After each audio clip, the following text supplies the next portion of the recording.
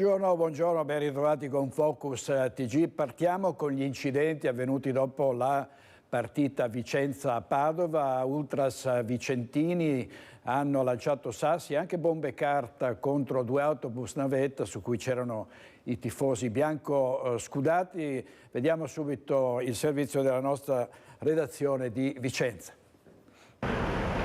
Sono ancora in corso le indagini della polizia per risalire agli autori della sassaiola contro l'autobus dei tifosi padovani bersagliati da alcuni ultra del Vicenza Calcio al termine del derby giocato ieri allo stadio Menti. I vetri in frantumi del bus hanno ferito alcune persone anche al volto. Per questo il mezzo pubblico che stava trasferendo i tifosi biancoscudati al casello di Vicenza Est era stato subito fermato nelle vicinanze di via Aldo Moro per prestare soccorso. Una partita finita in parità 1-1, al termine della quale l'imponente schieramento di forze dell'ordine aveva impedito fino a quel momento che le opposte tifoserie venissero in contatto. Oltre 1000 i padovani arrivati senza biglietto dall'autostrada A4. Una decina di persone, i violenti che hanno lanciato i sassi contro i rivali, si sarebbero spostati a piedi tendendo un vero e proprio agguato a volto coperto. Di nuovo in diretta, come sempre, su Focus TG, tra poco i collegamenti con i nostri inviati, i nostri corrispondenti. Vediamo intanto dal Corriere del Veneto una notizia di cui ci occuperemo, un'altra tragedia sulle strade. A Padova soccorre un mezzo in avaria, investito e ucciso da un camion a 69 anni.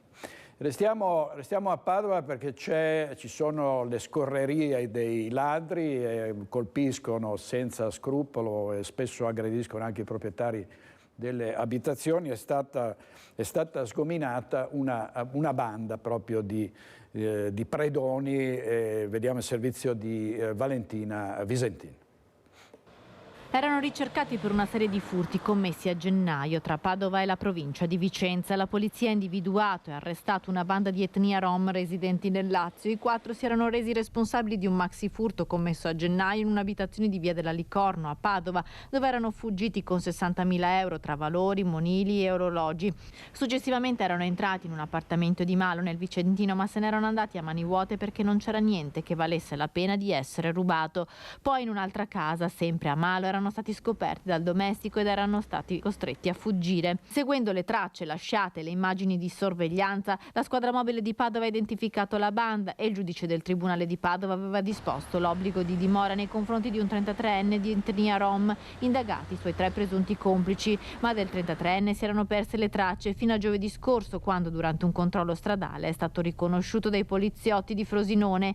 I 4 si spostavano di regione per effettuare i colpi a bordo di una potente Audi A3 e alloggiavano in hotel e bed and breakfast di Padova. Tra di loro comunicavano con telefoni intestati a persone fittizie comprati tutti nello stesso negozio di Roma.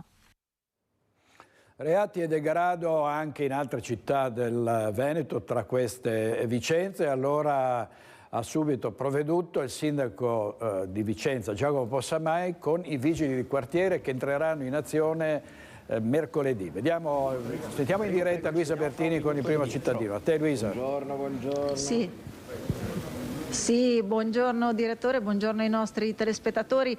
Prima di parlare dei vigili di quartiere che appunto entreranno operativamente dal 1° novembre, oggi come allerta arancione in tutta la regione, anche qui a Vicenza è stato aperto il COC che si riunisce appunto a minuti. Sì, oggi è aperto il COC perché a seguito dell'allerta diramata dalla Regione Veneto, che è un'allerta arancione, abbiamo ritenuto opportuno aprire il COC anche in città di Vicenza. Abbiamo vissuto situazioni estreme negli anni, penso chiaramente al 2010, ma anche a tante altre situazioni di allerta e di grande preoccupazione, quindi in via precauzionale era importante essere subito pronti e subito attivi. Ecco, allerta idrogeologica fino a domani, quindi fiumi attenzionati speciali. Fiumi attenzionati speciali e poi invece allerta idraulica fino addirittura al 1° di novembre, quindi saranno giorni e ore di grande attenzione in cui dobbiamo monitorare la situazione minuto per minuto. Cambiando tema della sicurezza e degrado, l'aveva annunciato in campagna elettorale e dal 1° novembre partiranno i vigili di quartiere. Ecco, quali saranno i quartieri attenzionati e cosa faranno i vigili? Dal 1° novembre, quindi fra 2 giorni, partono i vigili di quartiere. Era un impegno che ci eravamo presi con la cittadinanza, la presenza nei quartieri, con i commercianti, con i residenti, con i cittadini. In realtà l'idea è di estendere il servizio a tutti i quartieri della città, partiremo dai più popolosi, ma l'idea è proprio che siano agenti che si fanno conoscere dal territorio, quindi dai commercianti, dai cittadini, entrano all'interno delle botteghe, tengono un contatto diretto. Su questo abbiamo chiesto di lavorare alla polizia locale e appunto da questa settimana si parte. Ecco, io ringrazio il sindaco Giacomo Possamai e restituisco a voi la linea allo studio. Grazie a Luisa Bertini. Ci collegheremo tra poco con Valentina Visentin da Padova, perché c'è stato un gravissimo incidente. Un uomo si è fermato per soccorrere un camion in avaria ed è stato travolto e ucciso da altri 2 mezzi pesanti. Avremo tutti i dettagli tra poco in diretta da Padova. Intanto andiamo comunque a Padova. Dopo le accese polemiche nei giorni scorsi, i genitori del ragazzo padovano di 12 anni che si è vestito da nazista alla festa di Halloween hanno scritto alla scuola per chiedere scusa. Hanno deciso di scrivere una lettera alla scuola i genitori dello studente di 12 anni che mercoledì scorso si è presentato alla festa dell'istituto indossando una divisa da soldato nazista con tanto di svastica e tutti i simboli della Wehrmacht. I genitori dell'alunno rompono il silenzio e si dicono molto dispiaciuti per l'accaduto. Spiegano che lo spirito che aveva animato la scelta del costume non voleva sostenere un'ideologia nazista, bensì porre l'attenzione sulle atrocità della guerra e le ripercussioni che i conflitti hanno sui giovani soldati coinvolti, tant'è che il figlio si era truccato con delle ferite sul volto. I genitori dicono di disprezzare l'ideologia nazista e l'antisemitismo e si scusano con la comunità ebraica. Comunità ebraica che all'indomani della festa che si era svolta all'interno della English International School di Padova nel quartiere Forcellini, indignata e sconcertata, aveva inviato una dura lettera oltre che al preside dell'istituto padovano anche al ministro dell'istruzione Giuseppe Valditara e al presidente della regione Veneto Luca Zaia. Anche la scuola aveva subito preso le distanze dal fatto, scusandosi e convocando i genitori che ora con questa lettera cercano di smolzare i toni della polemica che alla fine al centro di tutto vede coinvolto un ragazzino di appena 12 anni, forse non del tutto consapevole del grave gesto compiuto. E a Piove di Sacco un incendio di 3 auto che ha coinvolto anche un'abitazione, una persona è rimasta intossicata. Sentiamo Valentina Visentin. Le fiamme sono divampate all'improvviso, distruggendo in pochi minuti 3 auto posteggiate sotto una tettoia di legno. L'intervento dei vigili del fuoco di Padova domenica all'alba in un'abitazione di via Aldo Moro a Piove di Sacco. L'incendio si è propagato con rapidità, lambendo anche un'abitazione vicina. A causa del calore i vetri delle finestre sono esplosi. La persona che vive all'interno è rimasta leggermente intossicata dal fumo. I vigili del fuoco arrivati con l'autobotte sono riusciti a spegnere le fiamme prima che arrivassero a coinvolgere l'abitazione, ma la baracca di fianco alla tettoia adibita legnaia è rimasta distrutta dal rogo. Le cause dell'incendio sono di probabile natura elettrica di una delle auto. La Procura di Padova, che ha aperto un'inchiesta sull'incidente avvenuto venerdì pomeriggio nell'impianto di Acciaierie Venete a Padova, ha già nominato il super perito specializzato che dovrà ricostruire la dinamica dei fatti che hanno portato al ferimento di 3 operai. Uno di questi è ancora ricoverato in gravissime condizioni nella terapia intensiva del reparto grandi ustionati dell'azienda ospedaliera. Il consulente dovrà anche esprimersi in merito alle misure di sicurezza adottate per la procedura che era in atto, ossia una cassetta dove vengono smaltite scorie incandescenti prodotti della lavorazione. Nel frattempo la Procura, come atto dovuto, ha indagato il direttore responsabile dello stabilimento, mentre oggi dovrebbero essere ascoltati dagli inquirenti i 2 operai feriti lievi e dimessi già da venerdì. Andiamo adesso a Bassano per vedere cosa è successo con un furto di gasolio in azienda. Il servizio è di Ferdinando Garavello. Aveva rubato un'intera tanica di carburante in azienda, ma è finito nella rete tesa dai carabinieri. Un uomo di Marostica è stato denunciato a piede libero dai militari della stazione cittadina per furto aggravato, ma a dare il via all'attività è stato il titolare della ditta. Qualche giorno fa, infatti, il proprietario dell'azienda di Colceresa ha infatti notato che l'operaio si comportava in modo strano, travasando del carburante utilizzato per rifornire i mezzi della ditta in una tanica da 20 litri. Si può immaginare la sorpresa dell'impresario quando ha visto che il suo dipendente portava la tanica nella propria auto, nascondendola sul sedile posteriore e occultandola con un telo. A questo punto è scattata la segnalazione ai carabinieri e una pattuglia in borghese ha atteso che il dipendente uscisse dall'azienda dopo l'orario di lavoro per tornare a casa. Poi è scattato il blitz e i carabinieri marosticensi hanno controllato l'abitacolo, trovando la tanica piena di gasolio. L'operaio è stato portato in caserma per le pratiche di rito, denunciato e rimandato a casa. Il carburante è stato subito riconsegnato all'azienda. Vediamo altre raffiche di furti a Conegliano, questa volta non in abitazioni ma in Borgo Madonna, dove ci sono stati dei furti proprio in cinque negozi che sono stati presi di mira. Alla fine i ladri se ne sono andati però con un bottino di pochi spiccioli. Alle forze dell'ordine prego recuperare quanto rubato in quest'area privata con pubblicazione dei nominativi dei ladri. Recita così il cartello affisso alla vetrina di uno dei negozi sotto i portici di Via Madonna in centro a Conegliano. Una zona negli ultimi giorni presa di mira dai ladri. In 4 negozi malviventi sono riusciti ad entrare, in un bar nei pressi del ponte invece il colpo non è andato a segno. Una via di giorno tranquilla che si trasforma di notte. Un po' più buio e la sera gira pochissima gente, è facile che qualcuno sia tentato di... anche perché fanno frazioni sui negozi che non hanno in particolare articoli che possono trovare qualche spicciolo sulle casse probabilmente, quindi sono persone che vanno in cerca proprio di spiccioli, di cose da poco probabilmente, perché non sono negozi particolarmente attrattivi. Prendi un po' di fondo di casa, stato qua a pizzeria, il panificio e dove le vendere camicie. Solo pochi spiccioli è quanto alla fine i ladri portano via. Segno dei tempi che basta avere qualche soldo in tasca e basta avere quello, anche quello poco che trovano, insomma, ecco. Una lunga scia di colpi che non fa dormire sonni tranquilli agli esercenti impauriti quando al mattino arrivano ad aprire la loro attività. Paura non ti fa nausea o fastidioso, capito? Non è più come una volta di tranquillità. Con un po' di paura, come sempre siamo in 2-3, apriamo il panificio, io penso che siamo già in 2, ci diamo un po' di coraggio. Andiamo al Lido di Venezia dove è un giallo la morte di un'anziana. Vediamo delle immagini dell'abitazione, del palazzo in cui è avvenuto il ritrovamento di un'anziana. È stata trovata cadavere, si pensava ad una morte per cause naturali, ma adesso sta indagando la scientifica perché c'è qualcosa di sospetto, quindi si teme che possa essere stato qualcos'altro a provocarne la morte e non è da escludere, almeno stando a quanto hanno detto gli inquirenti, non è da escludere al momento alcuna pista. Sta piovendo, come avrete visto, insomma, intense precipitazioni. Anche nei prossimi giorni continuerà il Veneto ad essere flagellato dal maltempo e su questa allerta arancione abbiamo sentito l'assessore alla protezione civile della Regione del Veneto e dell'ambiente, Giampaolo Bottacin, che parla anche del terremoto, le scosse del terremoto avvertite in provincia di Rovigo.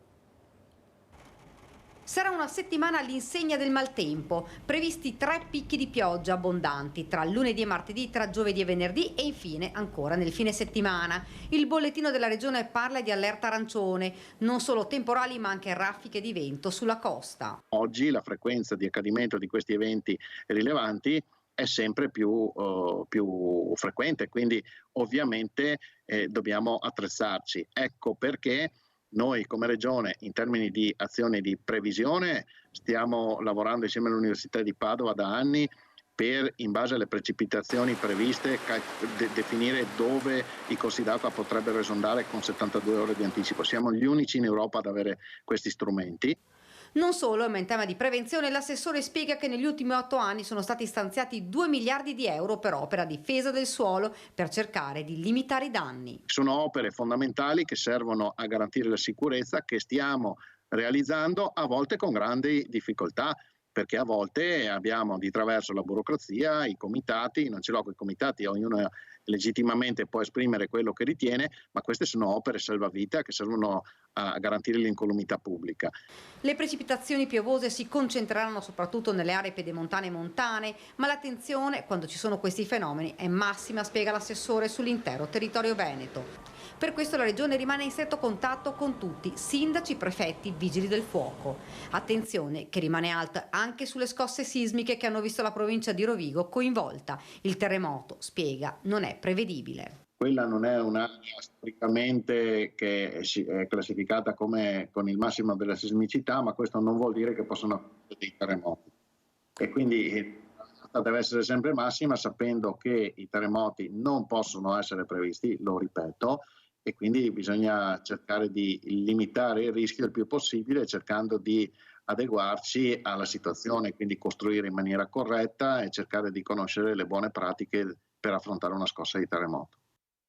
Servizio di Daniela Sizia in regia questa mattina, ci sono Italo Morao e Francesco Ceron. Ma andiamo subito in diretta da Valentina Visentina a Padova per il gravissimo incidente che ha provocato la morte di un uomo che ha tentato di aiutare un camionista che aveva il mezzo in avaria. A te Valentina.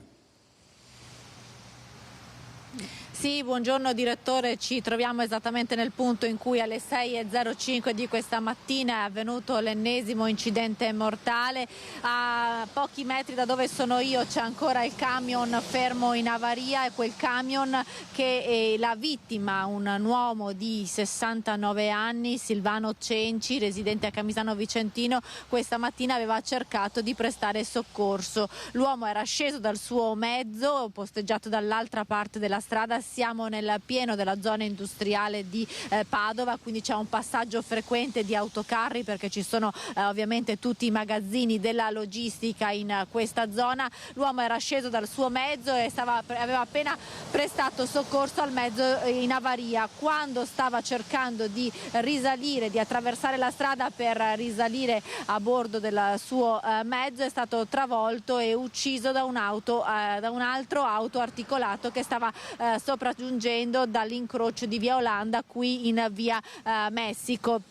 Purtroppo l'impatto è stato violentissimo, non c'è stato nulla da fare per il 69enne che è morto sul colpo. Le ferite sono state davvero devastanti. Come vedete c'è ancora la polizia locale qui al lavoro, insieme anche al mezzo dello Spisal, che stanno continuando i rilievi. E i due autisti coinvolti, quello del mezzo in avaria e l'altro del 1989, quello che invece guidava l'autocarro che ha investito la vittima, sono stati sentiti dalla polizia locale come testimoni, polizia locale che adesso invierà tutto in procura e molto probabilmente si aprirà un fascicolo di indagine. Non si esclude dunque che il conducente del mezzo pesante che ha travolto e ucciso il 69enne possa venire a breve indagato per omicidio stradale. Dicevamo, l'incidente questa mattina alle 6, quando iniziavano a lavorare tutti i magazzini della zona industriale di Padova. Questa è la prima ricostruzione di quanto è avvenuto. Io adesso restituisco la linea allo studio. Grazie a Valentina Visentin. Vediamo alcuni titoli del Corriere del Veneto. Vediamo la prima pagina del Corriere del Veneto. Crisi, inflazione e caro energia in Veneto. In 2 anni 200.000 nuovi poveri. Crack di Veneto Banca, quelle 30 operazioni disinvolte che portarono alla bancarotta. E poi giochi olimpici, altro no, allo sci alpinismo. Sul villaggio torna l'ipotesi Borca di Cadore, un vecchio villaggio dell'Eni. Oscar, il Giro d'Italia in 7.000 km a piedi, ho accarezzato Stambecchi e dormito accanto a Dirupi. Giulia, l'influencer dei cimiteri, riscopro le storie dimenticate delle persone defunte. Poi andremo in diretta a Venezia con Lucio Zanato perché siamo in vista delle festività dei morti. Andremo a San Michele, un cimitero dove sono sepolti tanti grandi della cultura e della storia.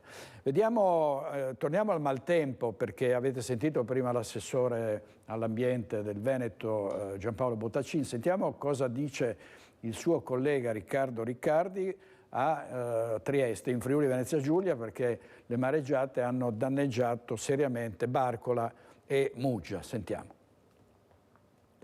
Questa mattina ho fatto un sopralluogo a Barcola con l'assessore Babuder, poi finito qui andrò a Muggia e incontrerò il sindaco Polidori, e poi proseguirò, andrò a Duino, poi andrò a Grado, e quindi sto cercando di capire un po' quali sono oggettivamente i danni reali determinati sulle condizioni di emergenza, quindi il tema dell'incolumità. L'assessore regionale con delega alla protezione civile Riccardo Riccardi in viaggio per il Friuli Venezia Giulia per valutare i danni prodotti dalla forza del mare. Le mareggiate hanno colpito tutta la fascia costiera della regione, causando danni per milioni di euro. Ancora presto per delle stime precise, ha detto Riccardi, ma sicuramente la regione appronterà un piano ad hoc per i territori che più hanno subito la violenza delle onde. Da Trieste a Muggia, da Duino a Grado, la conta dei danni non si ferma, con sullo sfondo la nuova allerta meteo che prevede ulteriori mareggiate.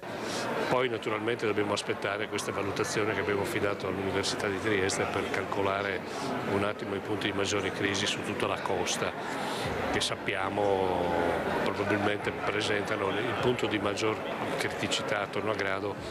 Ho appena ricevuto un'allerta che alza il livello di soglia su Grado, quindi probabilmente anche oggi vedremo delle mareggiate che entreranno in città. Già durante la discussione dell'assestamento di bilancio d'autunno in Consiglio regionale sono stati stanziati dei fondi per i danni da maltempo, quelli di quest'estate. Possibile un aggiornamento per i danni da mareggiate delle ultime ore? Adesso questo bisogna vedere che tipo di danni ci sono e come inserirli, così a guardarla ma con il beneficio dell'inventario, perché questo lavoro bisogna ancora farlo. Io non credo che qui potremo paragonare situazioni a quelle che abbiamo visto, e quindi a condizioni di richiesta di emergenza nazionale non credo che ci siano queste condizioni. Servizio di Gianluca Paladin della nostra redazione triestina. Piove a Bassano del Grappa, ma andiamo lì in diretta da Sharon Di Carlo, non per questioni di maltempo, ma per la pericolosità delle vie e del traffico a Bassano del Grappa, soprattutto per i ciclisti. Dici tutto, Sharon. Sì, buongiorno direttore, buongiorno a tutti i telespettatori. Siamo qui ai piedi del terzo ponte per parlare di traffico, ma come ha detto lei soprattutto di sicurezza per i ciclisti in città. Io sono con Renzo Masolo, presidente FIA Bassano, buongiorno. Buongiorno e saluti a tutti i telespettatori. Pochi giorni fa una ragazza di 16 anni è stata investita con la sua bici proprio qui sul terzo ponte. Lei oggi cosa vuole denunciare quindi? Voglio denunciare che la situazione ormai è sempre più ingestibile e rischiamo sempre di più di avere veramente qualcosa di grave, perché le probabilità che questo succeda sono sempre più alte. L'ultima volta ci è andata bene, è successo un miracolo e la ragazza non si è fatta nulla, ma non siamo nelle condizioni come FIA Bassano. Veramente facciamo un appello non solo all'amministrazione bassanese ma a tutti i sindaci del territorio, perché si faccia il prima possibile un accordo per convertire il nostro territorio e farlo diventare un territorio a chilometri 30. Abbiamo bisogno di città 30. Cosa sono le città 30? Sono delle città in cui le macchine rallentano la loro velocità e mettono nelle condizioni, i ciclisti in particolare, di poter fare gli spostamenti casa scuola, casa lavoro in autonomia e non essere terrorizzati da un traffico che è sempre più pericoloso. Per questo noi ci stiamo battendo. L'esempio del ponte nuovo è calzante perché ha messo in luce un problema che comunque c'era già prima. Adesso ci sono delle persone che da Sant'Eusebio ci mettono 40 minuti per arrivare fino a Santa Croce, per fare un esempio. Sul ponte ci arriviamo, rimaniamo un secondo qua sul terzo ponte. Renzo Rigon alla telecamera ci fa vedere le immagini di questo ponte, ma qual è il punto? C'è la pista che è troppo stretta, qual è la pericolosità? Allora il punto, il ragionamento proprio politico che devono fare i nostri amministratori è questo: finché le auto continueranno a viaggiare a queste velocità, i ciclisti non si sentiranno sicuri e utilizzeranno sempre poco la bicicletta, anche se qualcosa è stato fatto, corsie ciclabili, piste ciclabili, non sono determinanti per cambiare, portare un cambiamento proprio di tipo culturale.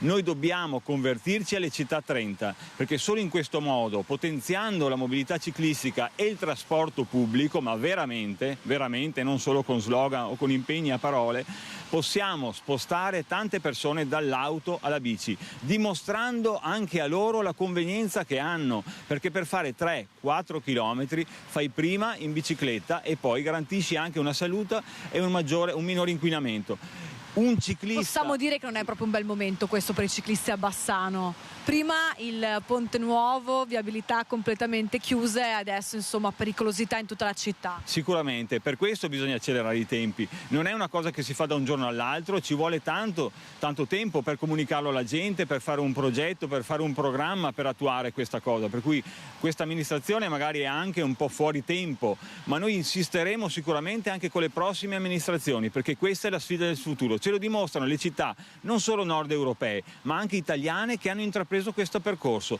e lo stanno facendo. Grazie a Renzo Masolofia Bassano. Da Bassano, dal Terzo Ponte è tutto, vi restituiamo la linea. Grazie Sharon Di Carlo. Andiamo a Venezia dove il Presidente Zaia, al punto stampa, sta presentando dei progetti che riguardano la sanità e la tecnologia. Sentiamo cosa sta dicendo. È una soglia che non si vede più. Cioè, non è che la clinica la facciamo con l'Astra in radiologia e la ricerca la facciamo con la 7 Tesla. Qui curiamo e indaghiamo, ma anche ricerchiamo con la 7 Tesla. Quindi i veneti devono essere orgogliosi di questo parco macchine che abbiamo. Brutto termine per descriverlo, ma rende l'idea.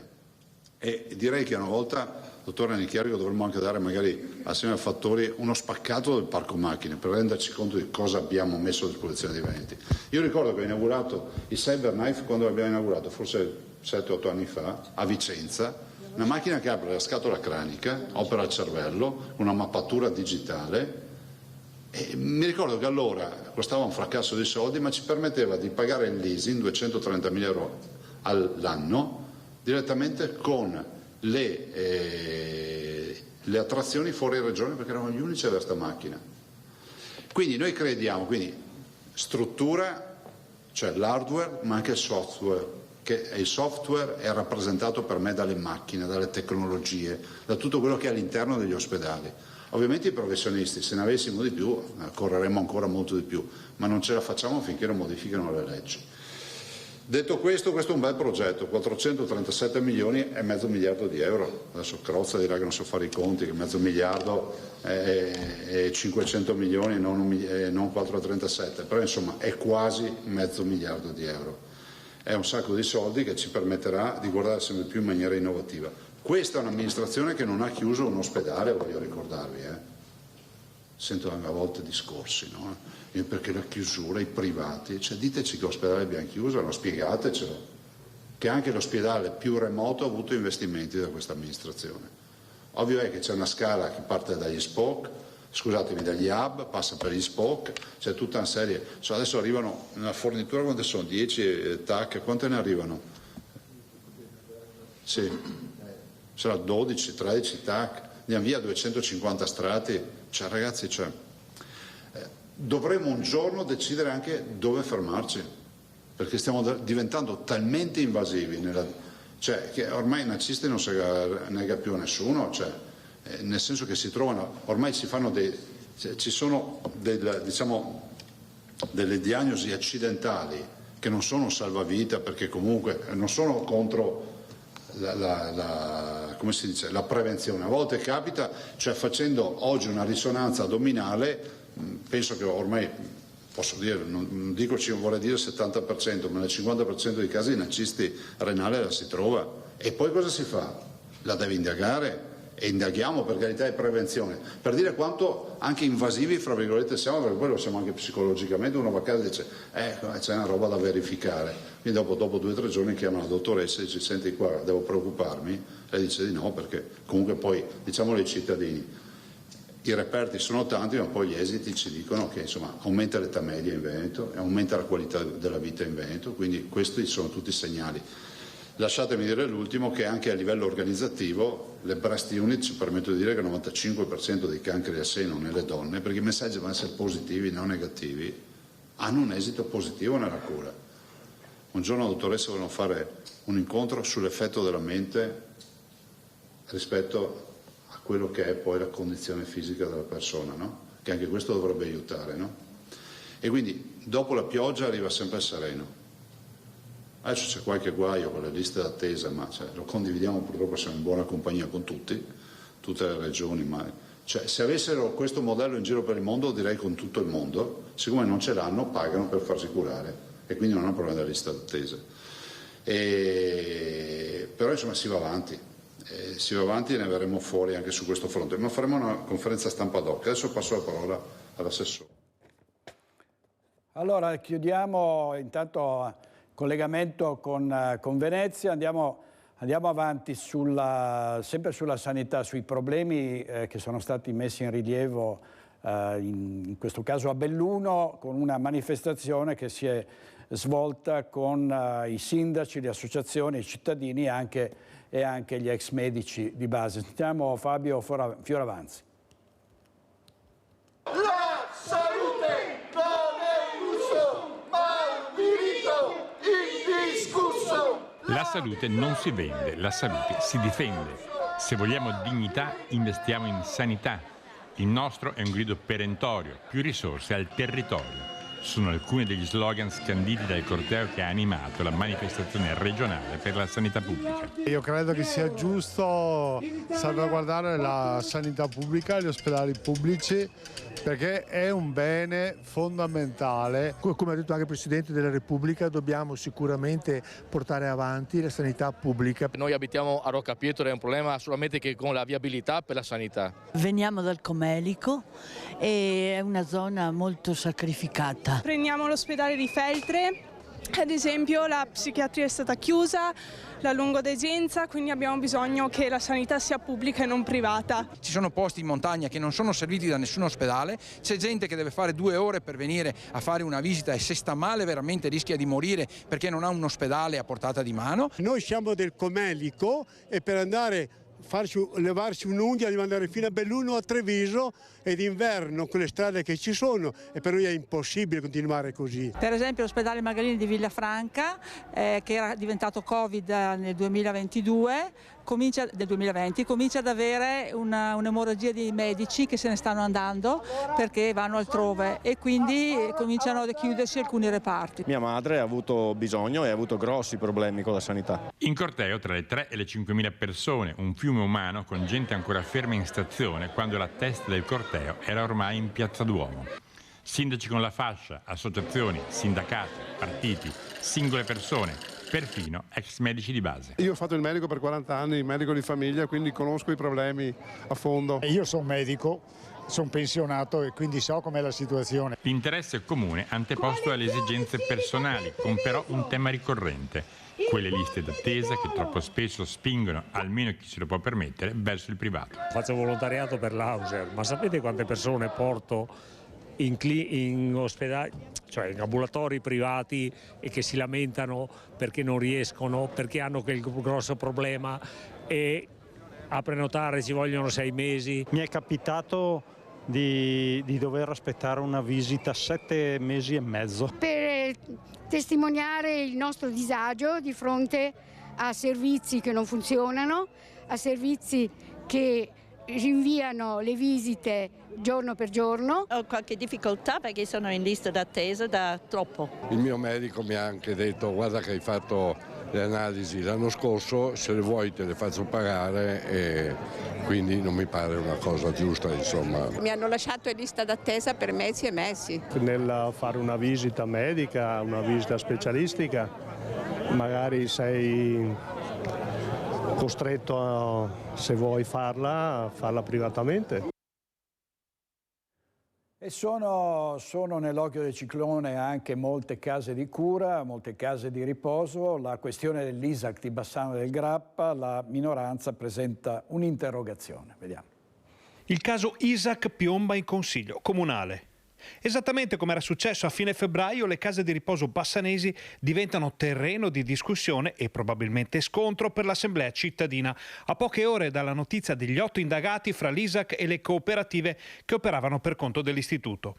Risulta infatti indagata anche la direttrice Chiara Assunta Tracanzan. L'ipotesi di reato è di turbativa degli appalti.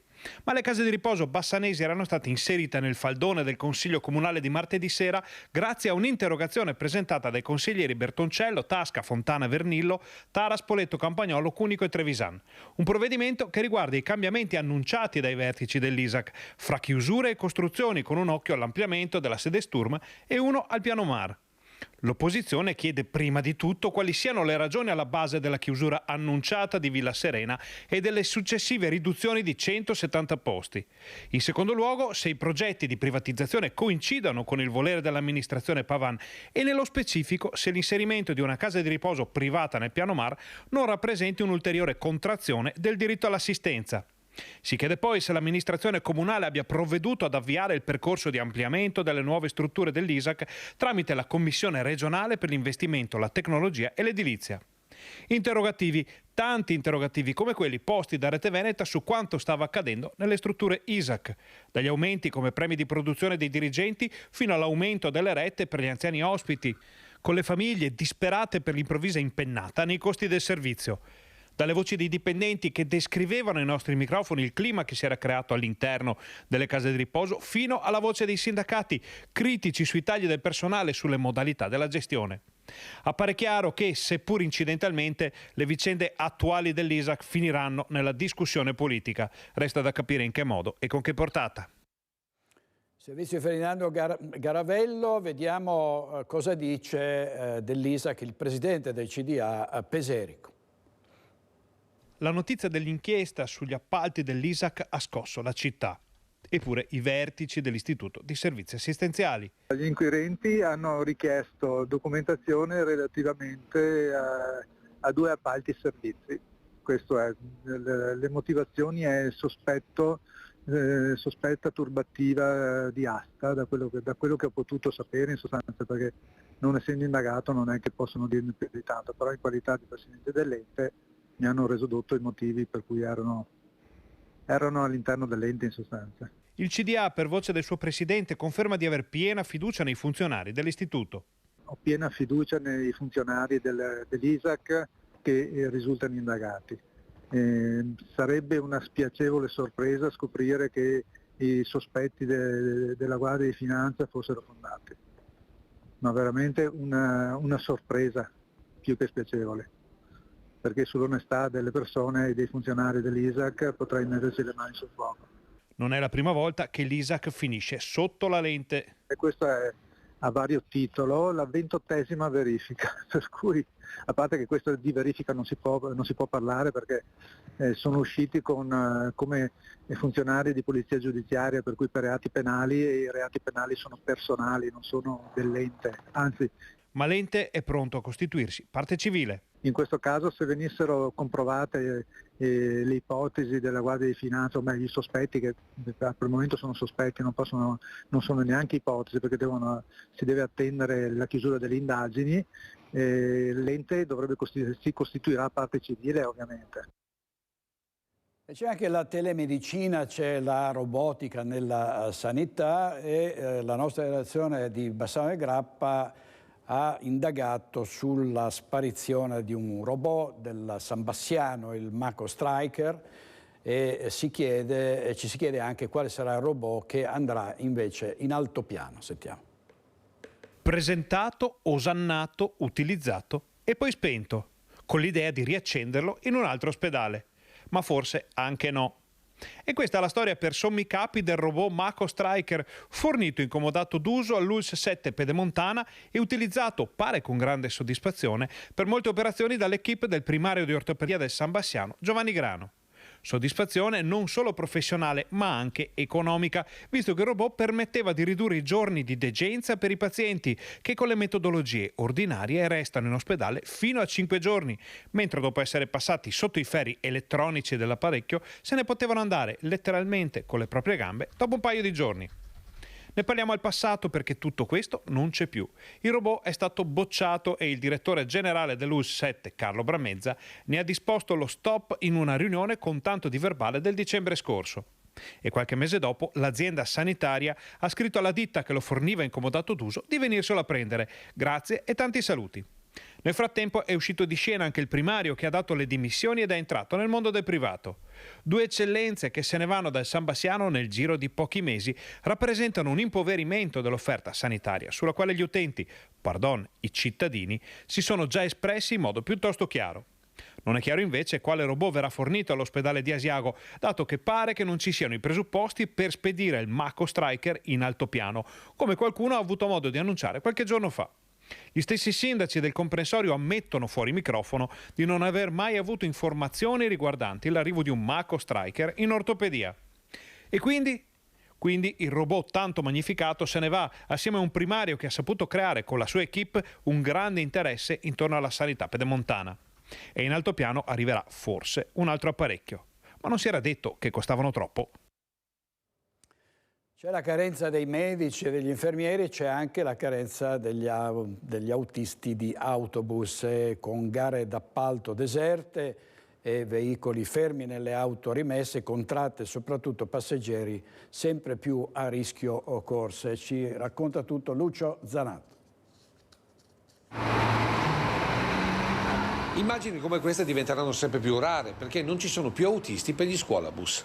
A lanciare l'ennesimo avvertimento Adriano Battistuzzi, che ha 70 anni, anche questa mattina si è alzato alle 3 pur di portare i mezzi ai capolinea da dove iniziare la raccolta di studenti scolari. Noi il segnale l'abbiamo avuto in questi anni dove non si partecipava alle gare d'appalto, andavano deserte, comuni che ci chiamano per chiederci ancora oggi di andare a coprire alcuni servizi che non siamo in grado di fare, magari abbiamo i mezzi, sono fermi, ma il personale non c'è. Eppure lo stipendio è buono, il posto è sicuro e soprattutto per i giovani è un'occasione non solo di condurre uno scuolabus, ma nel tempo di vedere il mondo guidando i pullman Gran Turismo. Già, i giovani, perché in questo come in altri settori quelli che mancano sono soprattutto loro.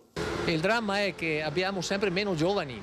Noi le risorse che abbiamo attualmente sono risorse di una generazione ormai avanti con gli anni e quindi la prospettiva non è rosea.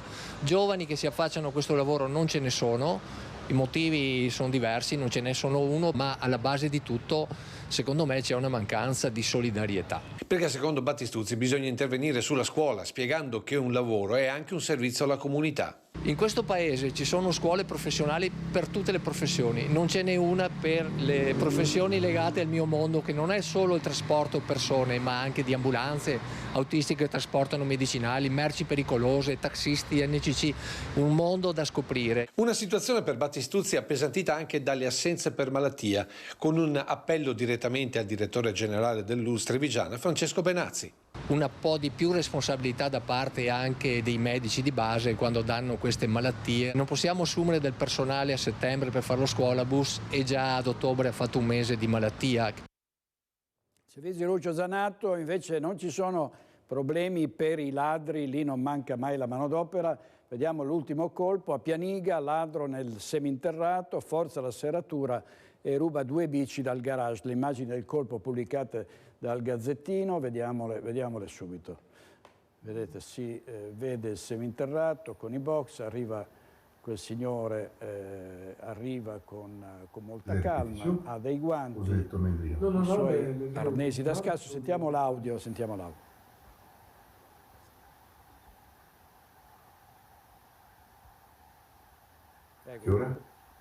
procedendo ovviamente con il lavoro e tra poco arriverà al risultato. No, perché me la noto. Perché parla anche con il complice che è lì che fa da palo, vedete? E qui è entrato, nel momento in cui è già entrato nel box e tra un poco se ne andrà con le biciclette. Queste sono immagini da telecamera, eccolo qua. Ha preso 2 biciclette di un certo valore e se ne va via tranquillo. E lì diciamo la criminalità di manodopera ne ha sempre tanta. Invece mancano camerieri, mancano persone che lavorino negli alberghi, nei ristoranti, nei bar, e da Vittorio Veneto arriva una storia di imprese in crisi perché dopo mezzo secolo di attività la storica pizzeria cittadina chiude perché i giovani non vogliono fare i camerieri o impastare davanti al forno. Sentiamo ancora Lucio Zanato. Perché secondo te i ragazzi qui non resistono?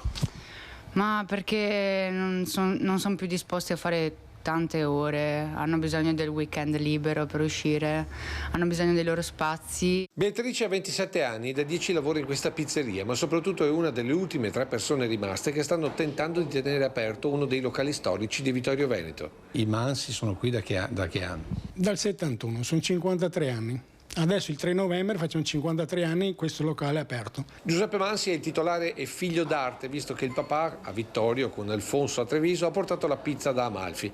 Partiti perché lì non c'era lavoro, ora per ironia della sorte rischiano di chiudere perché non ci sono più lavoratori. Negli anni d'oro? Negli anni d'oro erano 15-16. Però voi qui adesso non siete in difficoltà perché manchi il lavoro, siete in difficoltà perché manca personale, nessuno vuole più venire qua. Sì, manca personale, non so i motivi. Cioè, uno è eclatante, quello che la maggior parte sono i giovani che dovrebbero un po' cominciare a lavorare, prendere qualche soldino, ma non hanno voglia il sabato e domenica perché devono essere liberi e andare a divertirsi. E poco ha valso offrire stipendi più che dignitosi. Un cameriere che sa fare il suo mestiere, in base alle ore che fa, ok, però se fa sulle 6-7 ore arriva a prendere anche 2.000 euro al mese, con i 4 giorni di riposo, in settimana, eccetera, quello che fa, 13esimi, 14esimi. A Giuseppe non è restato che appendere questo cartello, rinunciando a 240 coperti al giorno per tentare di sopravvivere con pizze consegnate a casa. Non potevo stare tutto il giorno fuori a raccontare la solita storia, allora ho messo il cartello così, perché io voglio fare un servizio.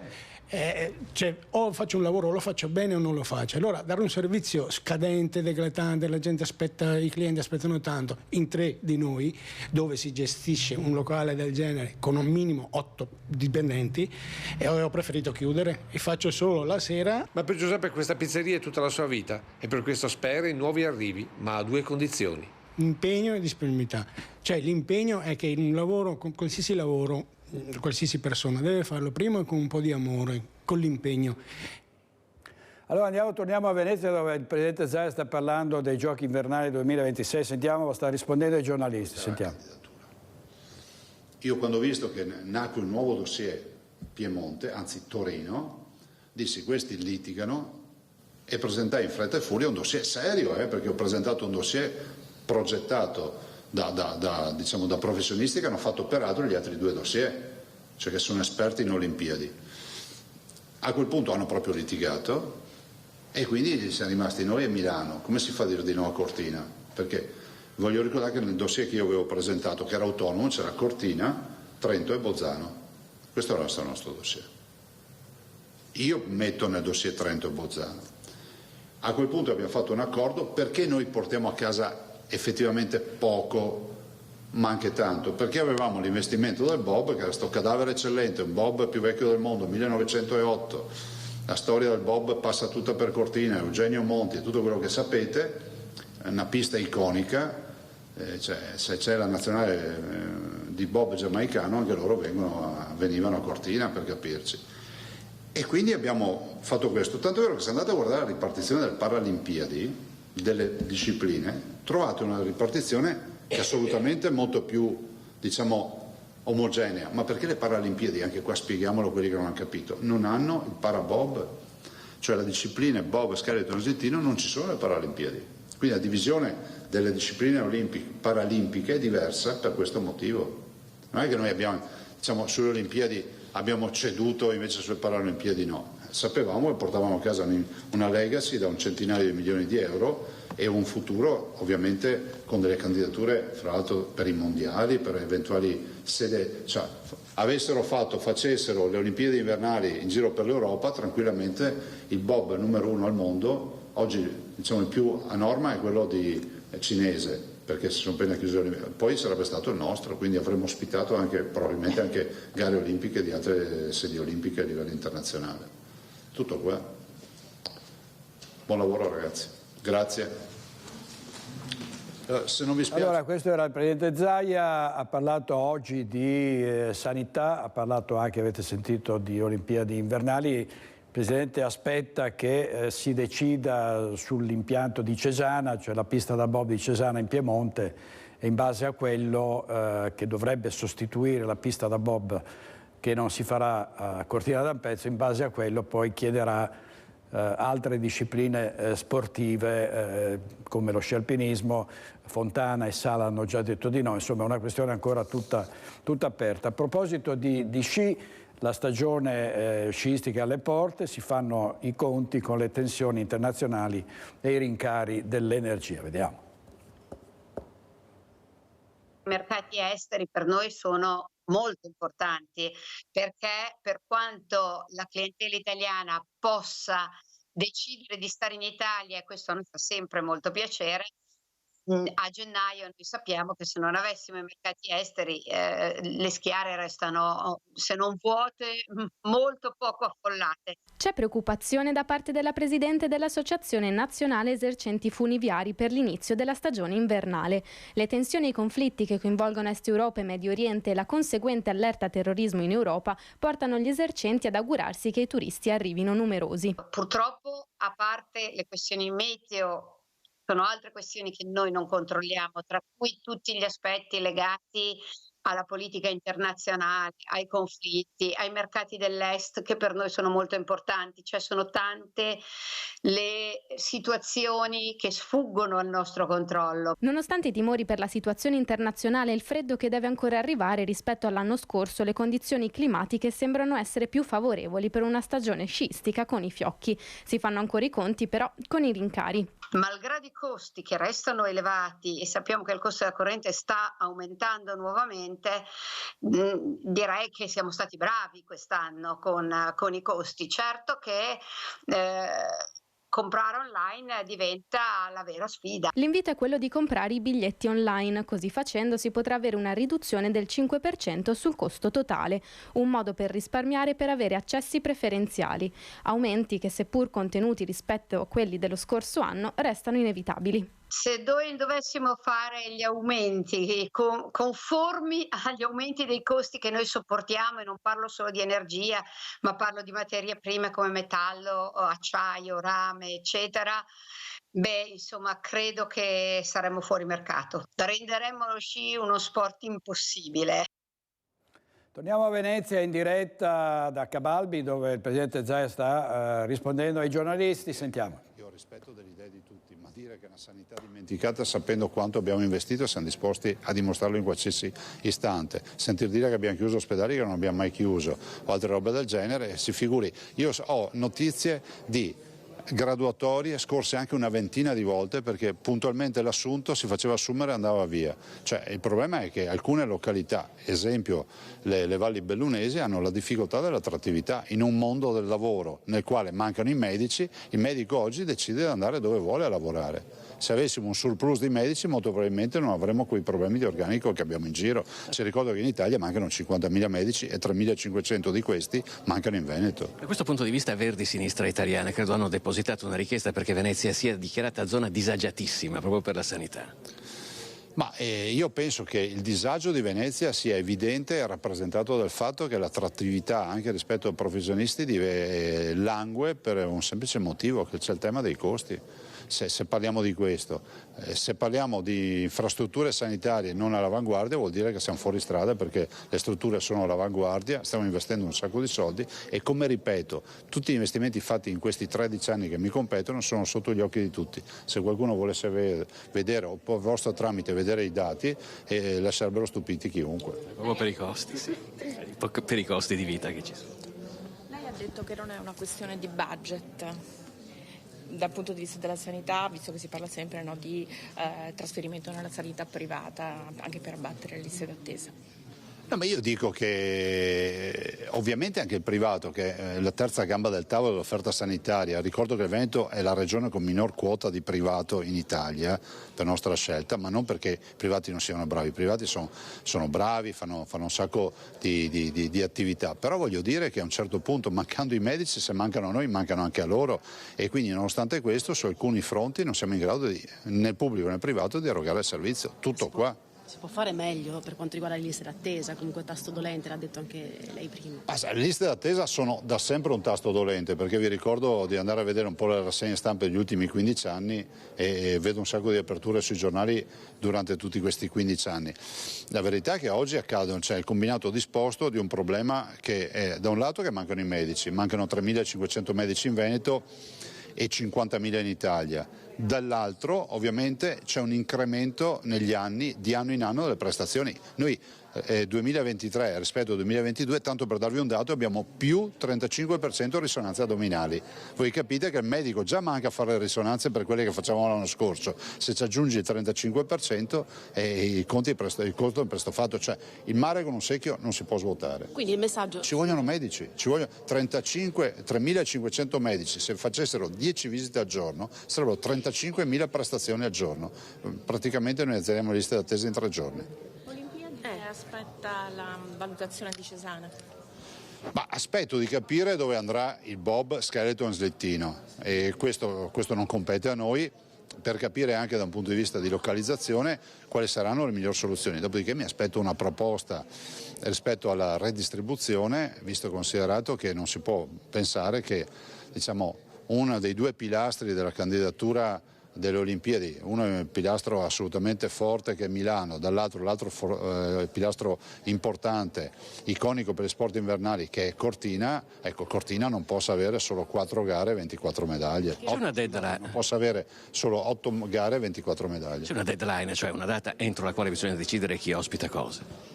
Io penso che ne avremo una decina di giorni per capire dove andrà il Bob e poi da qui cercheremo di capire quale sarà la proposta che ci verrà fatta. Ma nella totale serenità, guardate, questa non è una lotta contro qualcuno, ma è una questione di buonsenso. E poi che rassicurazioni può dare ad oggi ai veneti? Rispetto? Che rassicurazioni alle Olimpiadi, che hanno paura di... Che intanto ci sono perché me le sono inventate io. Nessuno mi ha chiesto rassicurazioni se avessi presentato il dossier, quindi questa arriva gratis. Intanto le Olimpiadi ce le abbiamo. Adesso vediamo di capire di portare a casa. Voglio già dire che comunque un risultato a tavolino c'è. 3 miliardi e mezzo di cittadini nel mondo che vedranno le Olimpiadi del Veneto, 1,5 miliardi di PIL di incremento e 1,5 miliardi di opere che comunque sono cartografate. Dopodiché adesso discuteremo anche di gare. Sulla manovra del governo invece ci sono ulteriori tagli agli enti locali, in alcuni casi si dice non si potranno più, soprattutto per quello che riguarda i comuni, erogare i servizi come una volta. Staremo a vedere, guardi, stiamo ancora alle bozze della manovra, dobbiamo arrivare alla manovra finale, al testo di legge approvato per capire quale sarà effettivamente la ricaduta della finanziaria. Ogni anno, ormai lo posso dire per esperienza, si discute delle bozze, poi ci si trova una manovra che magari va in altre direzioni. 2 scosse in soli 3 giorni in provincia di Rovigo? Ci preoccupa, io sono già stato commissario del terremoto qualche anno fa, sempre del Polesine, ovviamente quel terremoto devastante che ha avuto l'Emilia Romagna. Ci preoccupa, non siamo noi tecnici, non vi so dire se siano scosse, sono a profondità di 20 km, la zona di Ceneselli e quei comuni. Dico che i tecnici monitorano, noi attendiamo indicazioni, siano di assestamento, non lo siano, questo non ve lo so dire, non sono io che devo dirlo, lo dicono i tecnici. Ai cittadini faccio appello di restare sempre informati in maniera tale che se ci sono indicazioni le sappiano cogliere al volo. Ecco, gli esperti dicono anche fare più attenzione per quanto riguarda la casa, come si costruisce la casa piuttosto che più prove di evacuazione a scuola, semplici consigli, mettersi sotto il banco, forse manca un po' di sensibilità nei veneti a questo proposito?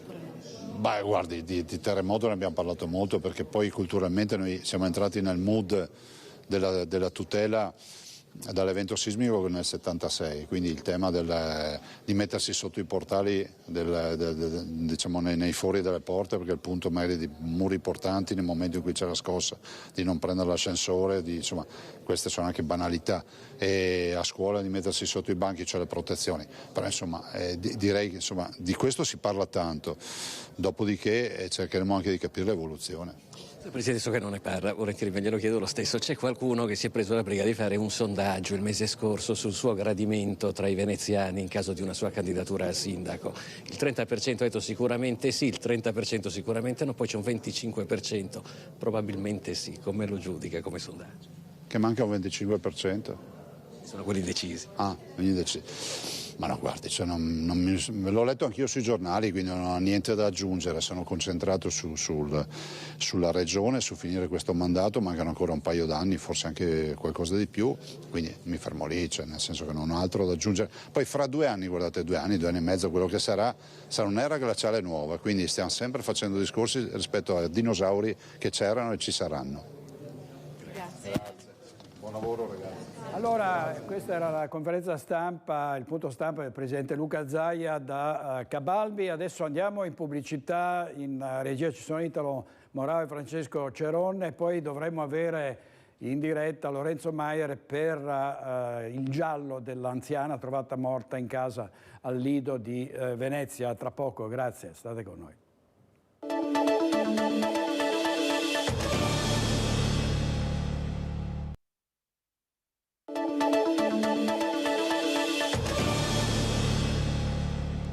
Con Focus TG sempre in diretta, andiamo subito a sentire dal Lido di Venezia Lorenzo Maier, perché è un giallo, la morte di un'anziana signora, si pensava fosse stata causata da motivi, da malattia o da stenti, invece c'è qualcosa che non quadra, le indagini sono in corso, sentiamo i particolari in diretta telefonica da Lorenzo Maier. A te Lorenzo.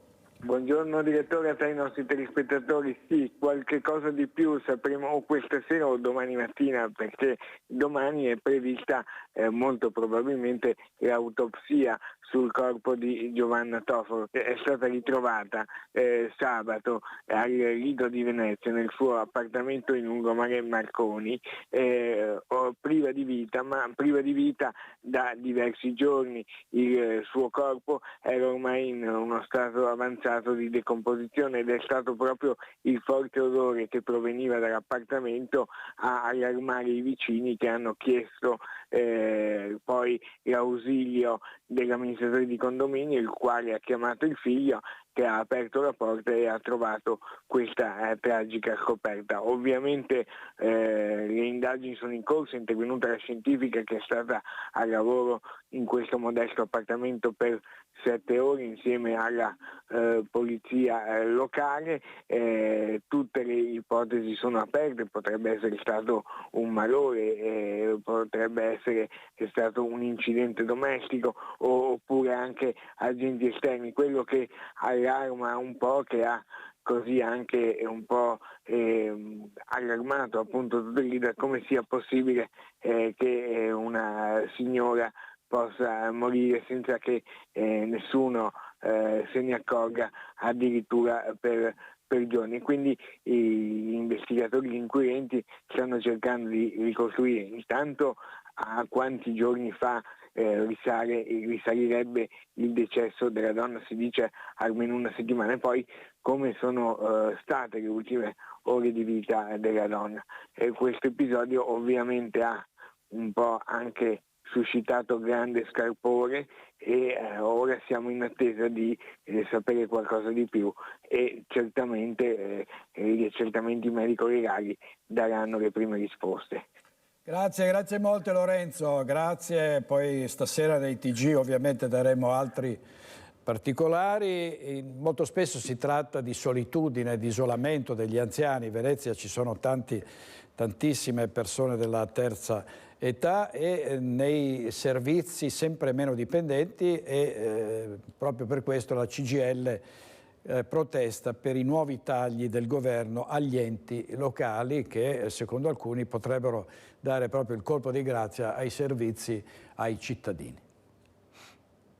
La manovra del governo Meloni taglierà 350 milioni di finanziamento alle regioni, 200 ai comuni e 50 a province e città metropolitane. Tagli che, sommati ad altri mancati rifinanziamenti già subiti dagli enti locali, rappresenteranno, secondo la CGIL di Venezia, il colpo di grazia a servizi al cittadino già oggi allo stremo, perché per far fronte alla minore disponibilità di risorse, i comuni dovranno continuare a ridurre il personale come già avvenuto negli ultimi anni. Secondo i dati raccolti dal sindacato, dal 2016 al 2022 solo 10 comuni della città metropolitana di Venezia sono riusciti ad aumentare, seppure di 1 o 2 unità, il proprio personale. 8 sono rimasti uguali quali tutti gli altri hanno perso in totale 653 lavoratori, quasi 100 all'anno, soprattutto nel capoluogo. Negli ultimi 7 anni se ne sono andati 500 lavoratori che non sono stati sostituiti.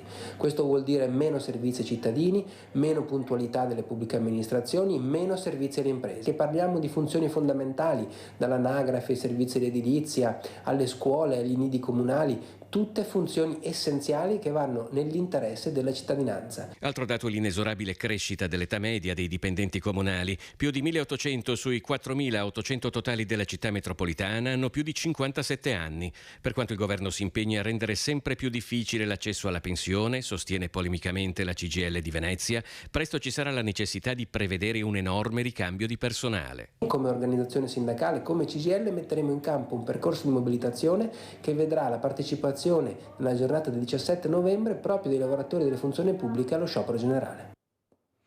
E anche i sindaci sono sul sentiero di guerra contro questa manovra, in particolare dicono alcuni di loro saremo costretti ad aumentare l'IMU sulla seconda casa. Sentiamo Daniela Sizzia. Siamo trovati che abbiamo questo taglio in manovra, in bozza di manovra, per 200 milioni di euro per i comuni e altri 50 milioni per le province. Cosa vuol dire questo? Vuol dire mettere in discussione quelli che sono i servizi ai cittadini, oppure scelte altrettanto drastiche, quello di aumentare l'unica leva che abbiamo, cioè l'IMU. Per le seconde case. Sindaci spiazzati da una finanziaria che lascia poco spazio di manovre alle amministrazioni comunali. Non possiamo tagliare i servizi sociali, ma dobbiamo far tornare i conti, dicono i sindaci, in un periodo non facile dove molti cittadini non riescono neppure ad arrivare a fine mese. Il sociale noi assolutamente non possiamo toccarlo. Come diceva lei, c'è sempre maggiore richiesta e noi non possiamo esimerci nel non dare risposte ai cittadini. Abbiamo purtroppo un'inflazione galoppante che ci costringe talvolta anche ad adeguare le tariffe, però purtroppo come i cittadini si trovano costretti ad un aumento dell'utenza, ad un aumento dei servizi, anche queste ricadute le abbiamo noi come comuni. Insomma, sarà un anno difficile dove i comuni saranno costretti a fare grandi sforzi per cercare di non tagliare i servizi ai cittadini. Dall'altra parte, i tanto temuti ritocchi sull'IMU e sulle altre imposte comunali sembrano già una certezza. Il taglio viene imposto e quindi noi dobbiamo recepire. Come ha detto la collega, il sociale, nessuno di noi in questo momento così delicato ha intenzione di toccarlo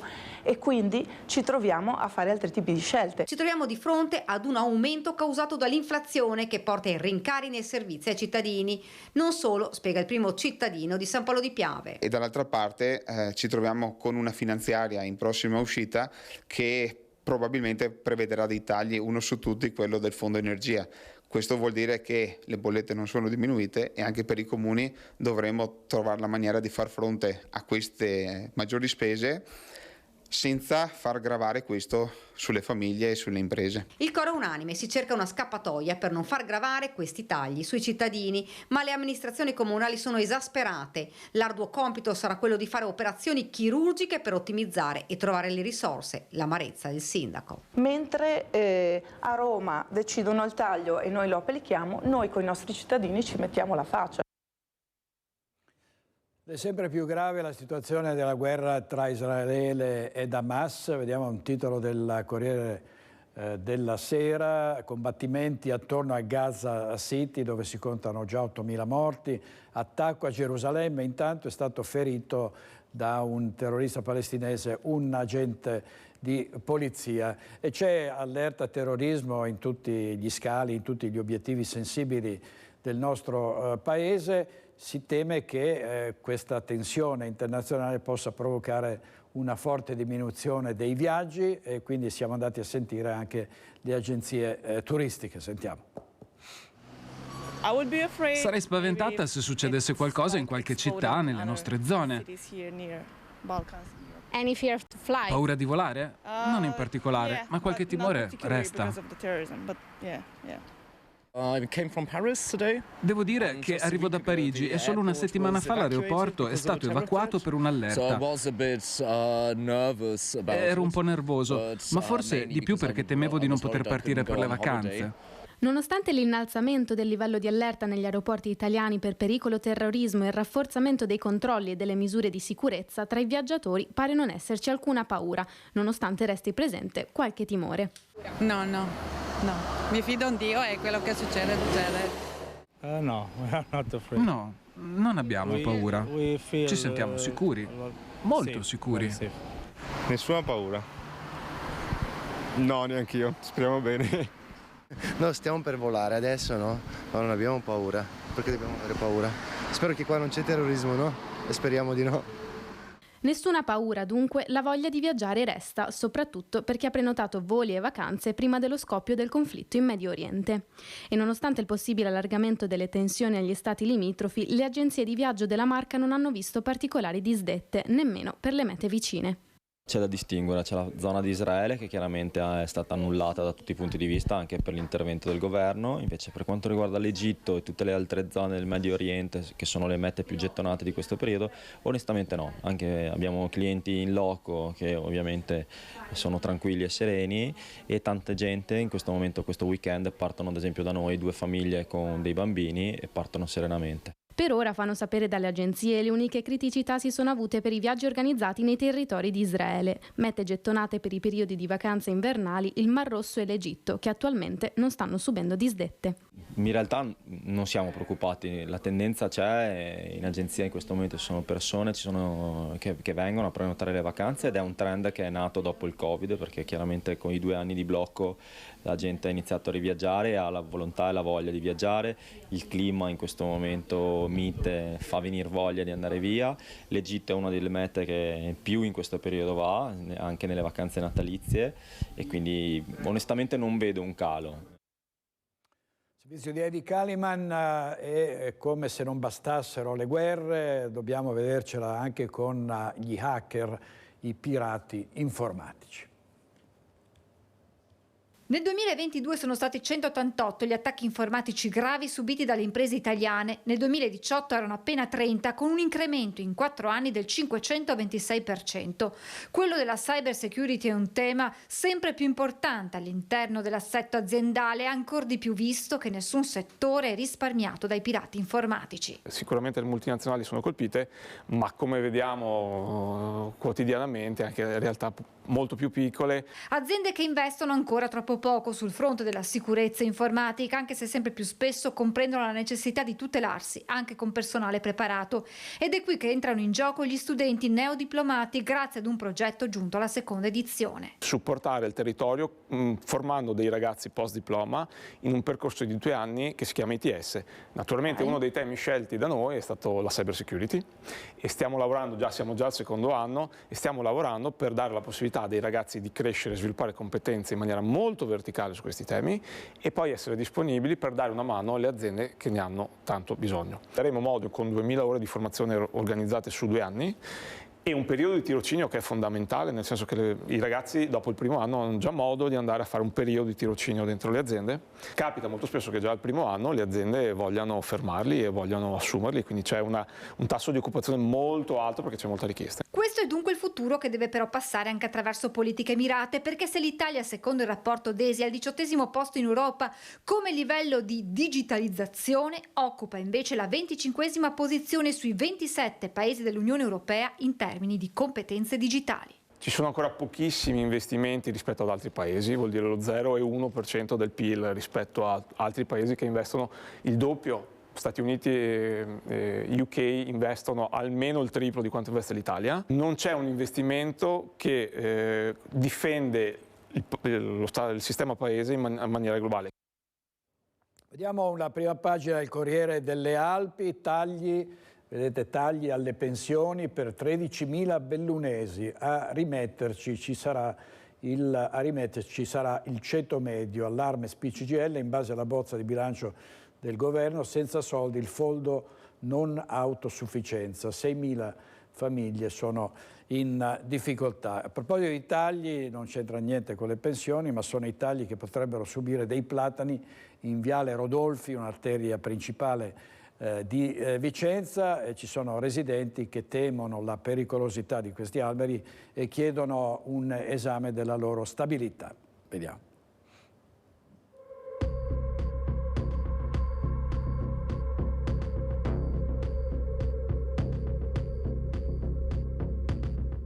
Alberi, giganti verdi che incombono sulle case. Un giorno come tanti, ma non come tutti. Dopo la caduta di un tiglio che a Campomarzo ha travolto 5 persone, adesso i cittadini che vivono lungo Viale Rodolfi hanno paura. Ci sono dei platani che svettano oltre il muro di cinta di alcune abitazioni. I tronchi storti si affacciano prepotentemente sui giardini, sui tetti. Un'ipotesi potenziale potrebbero anche venire giù o comunque rompersi una parte dei rami. Appunto perché le piante sono molto alte e soprattutto sono proprio piegate all'interno, quindi non verso il viale ma verso le abitazioni. E ho paura perché mi rendo conto che sono alberi pericolosi.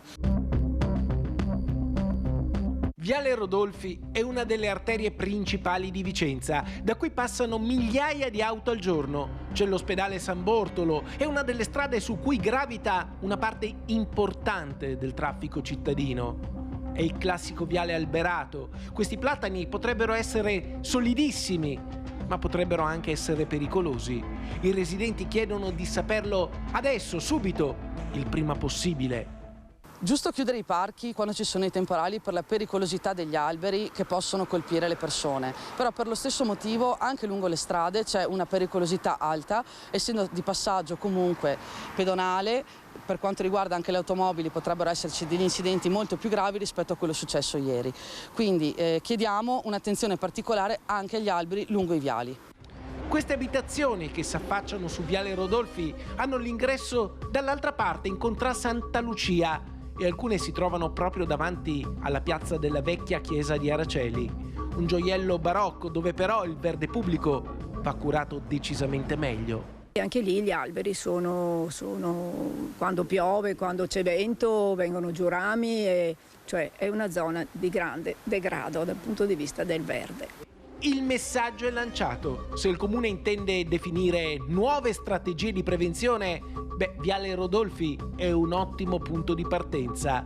Ogni temporale qui la gente trema. La salute di questi alberi va monitorata.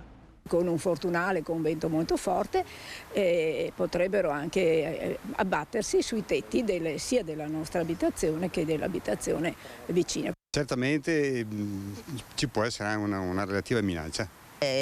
Sono pericolosi, bisognerebbe agire e fare qualcosa.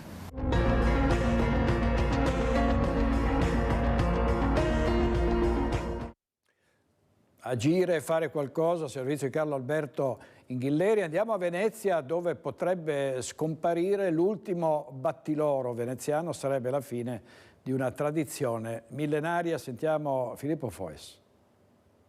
A partire dall'anno 1000, Venezia è stata la patria dei battiloro, la riduzione dei metalli preziosi in lamine sottilissime. Un'attività esercitata in esclusiva per 200 anni e poi proseguita sempre ad alti livelli fino alla fine della Serenissima. Oggi il laboratorio Mario Berta è rimasto l'unico, fondato nel 1926 e a 2 passi dalla chiesa dei Gesuiti, in quella che nel 1500 fu per 5 lustri la casa del pittore Tiziano Vecellio. Fino al 2007 qui lavoravano in 14, ma le varie crisi finanziarie degli ultimi 15 anni hanno lasciato l'ultimo battiloro di Venezia solo con la moglie e la figlia. Come vanno gli affari? Diciamo che non andrebbero male, è che ormai essendo rimasti in 3 persone solo abbiamo qualche difficoltà nelle consegne. Quanto pensate di resistere, cioè di rimanere aperti? Ormai viste le cose come vanno e visto che ormai l'età che fra 4 mesi avrò 70 anni, penso che forse resisteremo, spero, perlomeno fino a ottobre del prossimo anno. Quella che rischia di scomparire oggi è una tradizione millenaria che Marino Menegazzo e la sua famiglia stanno lottando per mantenere viva. Abbiamo fornito la foglia d'oro per il restauro dell'Angelo di San Marco, la palla della dogana, la Madonnina del Duomo di Milano, la croce, la corona della chiesa del Lourdes. Che cosa le servirebbe per poter continuare? Allora, ci servirebbero intanto dei piccoli finanziamenti che ci aiutassero a chiudere quei piccoli debiti che abbiamo e ci servirebbe soprattutto che magari il comune o la regione o qualcun altro ci dessero dei luoghi dove metterci e ad insegnare a dei nuovi ragazzi che vogliono effettivamente imparare quest'arte che sta ormai scomparendo.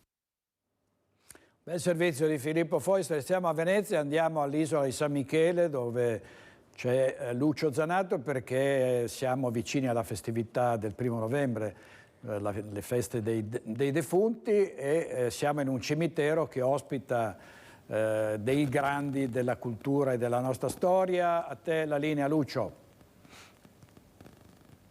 Buongiorno direttore, buongiorno ai telespettatori di Rete Veneta. Il cimitero, o comunque l'isola di San Michele, è veramente un viaggio nella memoria, ma soprattutto nella presenza di tante personalità. E allora, mentre mi sposto da quest'altra parte, perché è veramente un giardino unico, vi faccio vedere 2 tombe particolari. Sono quelle di Igor Stravinsky e della seconda moglie, Vera Stravinsky. Ed è un viaggio, dicevo appunto, come dicevi tu anche direttore, nella memoria ma nella grandezza di alcune persone. Allora sono qui con Lorenzo Maier, che è venuto dopo il collegamento subito qui, e poi anche con Marco Toso Borrell, che invece è uno storico. Perché? Perché noi siamo qui e stiamo realizzando un mini documentario proprio su questo viaggio della memoria. Lorenzo, tutto questo non sarebbe stato possibile senza di te. Non è vero, comunque buongiorno a tutti, buongiorno direttore.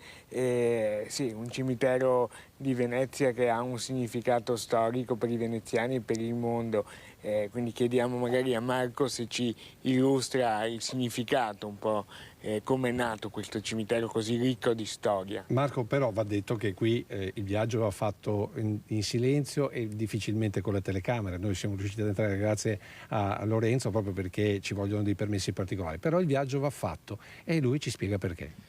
Va fatto, sì, perché è la maniera con cui si innesta un dialogo tra chi è rimasto e tra chi ci ha preceduto. Siamo qua di fronte a quello che rimane a livello proprio di fisicità, di plasticità di Igor Stravinsky e di Emilio Vedova, che è proprio di fronte, e sembra crearsi un dialogo tra queste 2 persone, ed è il dialogo che cerchiamo di innestare noi, ponendo proprio il nostro tributo, la nostra vita. Stando qui aspettando il collegamento abbiamo visto che molte persone, e anche parecchi giovani, sono venuti qui proprio solo a dire ciao praticamente, e è quello che colpisce, il fatto prima di tutto che sia l'estrema semplicità della tomba che racchiude questi giganti, vada quasi a essere una specie di ricerca, una voglia di trovarla, perché non è così visibile. Ecco Marco, vuoi raccontarci che poi si fanno piccoli anche. Sì, ci fanno piccoli, più grandi, esatto, piccoli. E danno anche una maniera molto simbolica del come vivere questo luogo. Non è un luogo di morte, è un luogo di ricordo, di memoria, il ricordo che viene dal cuore. La memoria viene dalla testa, ma il ricordo viene dal cuore. E vedete, No, quello che volevo chiederti è che noi vediamo Vera Stravinsky, Igor Stravinsky, Emilio Vedova, qualche altro nome di questo viaggio che tu puoi ricordare? Ce ne sono moltissimi, e menzionarne alcuni significa farne torto ad altri. Comunque c'è Josip Brodsky, Ezra Pound, Elenio Herrera, che è proprio ecco, qui vicino con la Coppa dei Campioni. Sì, con la Coppa ecco, vedete, ognuno sceglie una specie di piccola traccia, di piccolo simbolo. Elenio Herrera effettivamente ha scelto la Coppa dei Campioni, Lauretta Masiero, Cesco Baseggio. Ripeto, menzionarne alcuni, Luigi Nono, menzioniamo alcuni ma ne dimentichiamo 1000 altri. Quello che ci tenevo anche a far vedere è l'estrema simbologia del mettere dei sassi, delle conchiglie, addirittura un crocifisso di Assisi, per far vedere il passaggio del corpo, il passaggio di chi ha visitato questo posto. Non è quei lucchetti orribili che vengono lasciati a deturpare i nostri ponti, non sono quei graffiti terrificanti che vanno a rovinare i monumenti, ma è un simbolo. Tutto è un simbolo, anche il luogo stesso in cui ci troviamo è un simbolo. Questo non era un cimitero, decide Napoleone di trasformarlo in cimitero nel 1806.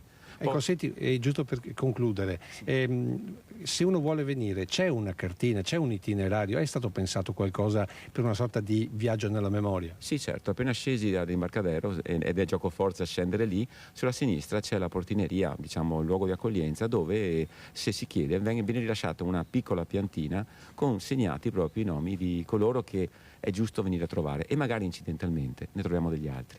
Bene, direttore, se non hai domande ti restituisco la linea e io e Lorenzo vi salutiamo. Grazie molte Lucio, grazie a te, a Lorenzo Maier, al vostro ospite. Ricordiamo Igor Stravinsky, uno dei grandi sepolti a San Michele, compositore nato a San Pietroburgo, morto a New York, uno dei più grandi compositori del XX secolo, e che chiese, proprio innamorato di Venezia, di essere sepolto qui in Veneto. Andiamo in pubblicità e poi torniamo con Focus TG.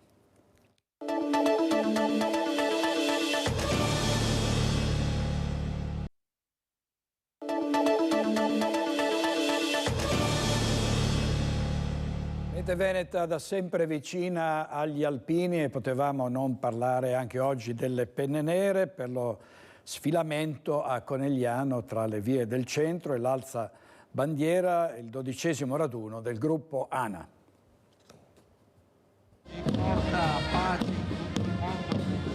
La pioggia non ferma gli oltre 500 alpini di 10 sezioni che hanno sfilato per le vie della città del Cima per il 12° raduno del gruppo di Conegliano, città simbolo delle penne nere.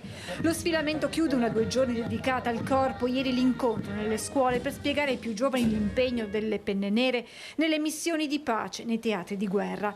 È in piazza 4 novembre che si vive il momento più intenso con l'Alza Bandiera.